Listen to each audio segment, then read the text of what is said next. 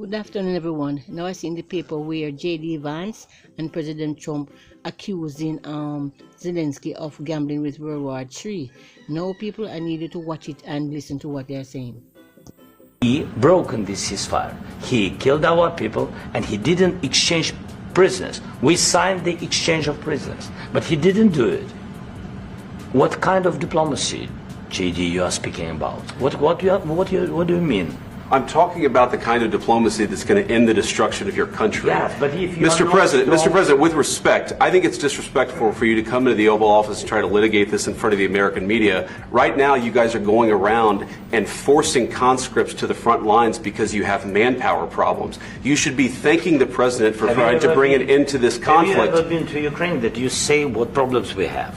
I have been to. Count one. I've actually watched and seen the stories, and I know what happens is you bring people, you bring them on a propaganda tour, Mr. President. Do you disagree that you've had problems bringing people into your military? And do you think that it's respectful to come to the Oval Office of the United States of America and attack the administration that is trying to prevent the destruction of your country? A lot of questions. Let's start from the beginning. Sure. First of all, during the war, everybody has problems, even you, but you have nice ocean and don't feel now, but you will feel it in the future. God bless. You don't know that. God bless. God bless. You will not have a war. Don't tell us what we're going to feel. We're trying to solve a problem. Don't tell us what we're going to feel. I'm not telling you. Because you're in no position to dictate that. Remember this. You're in no position to dictate what we're going to feel. We're going to feel very good. You will feel influence. We're going to feel very good and very strong. You will feel influence. You're right now not in a very good position. You've allowed yourself to be in a very bad position, and he happens to be right about it. From the very beginning of the war. You're not in a good position. You don't have the cards right now. With us, you start having cards. But right now, you don't. You're playing cards. You're playing cards. You're gambling with the lives of millions of people. You're gambling with World War III. You're gambling with World War III. And what you're doing is very disrespectful to the country, this country, that's backed you far more than a lot of people said they should have. Have you said thank you once? This entire meeting? No, in this entire meeting, have you said thank you? You went to Pennsylvania and campaigned for the opposition in October. Offer some words of appreciation for the United States of America and the president who's trying to save your country. Please, you think that if you will speak very loudly about the war, He's not speaking loudly. He's not speaking loudly. Your country is in big trouble. Wait a minute. No. You've done a lot of talking. Your country is in big trouble. I know. You're not winning. You're not winning this.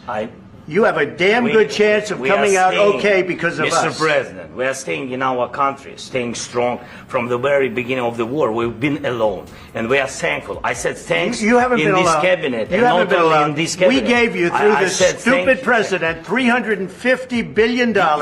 We gave you military equipment, and your men are brave, but they had to use our military. What about if you didn't have our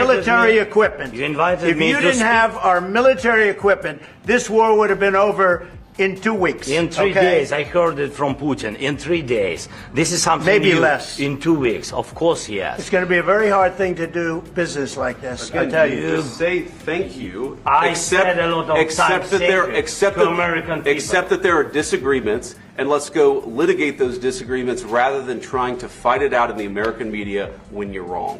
We know that you're wrong. But you see, I think it's good for the American people to see what's going on. I understand, sir. I think it's very important. That's why I kept this going so long. You have to be thankful. You don't have the cards. You're buried there. Your people are dying. You're running low on soldiers. Listen, you're running low on soldiers. It would be a damn good thing. And then you tell us, I don't want a ceasefire. I don't want a ceasefire. I want to go and I want this. Look. If you could get a ceasefire right now, I tell you, you take it so the bullets stop flying and your men stop getting killed. Of course, we want to stop the war. But you're saying you don't want a ceasefire. But I said to you, I want a ceasefire. With guarantees. Because you'll get a ceasefire faster than an agreement. Ask our people about ceasefire, what they think. That wasn't with me. That wasn't with me. That was with a guy named Biden, who was not a smart person. That was with Obama. It was your president. Excuse me. That was with Obama, who gave you sheets, and I gave you javelins. Yes. I gave you the javelins to take out all those tanks. Obama gave you sheets. In fact, the statement is Obama gave sheets and Trump gave javelins. You got to be more thankful, because let me tell you, you don't have the cards. With us, you have the cards. But without us, you don't have any cards. One more question from He broken. At the end of this video, please like, share, and subscribe, and drop a comment. Thank